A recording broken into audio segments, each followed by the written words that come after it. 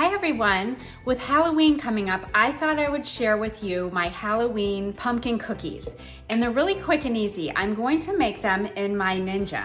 So what I'm going to do is I'm going to pour in half a cup of unsweetened almond milk. And then I'm going to pour in 1/4 of a cup of melted coconut oil.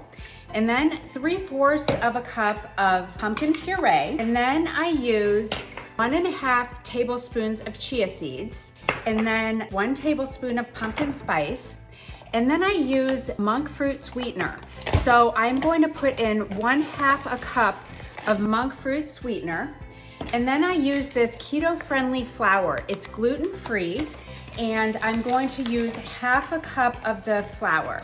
So I just put this all together and I put it on my blender, and this is what it looks like.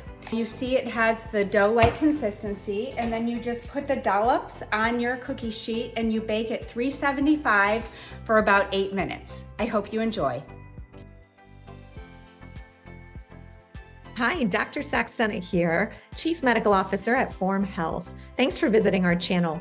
Make sure to subscribe to get the latest insights and information on functional and integrative medicine.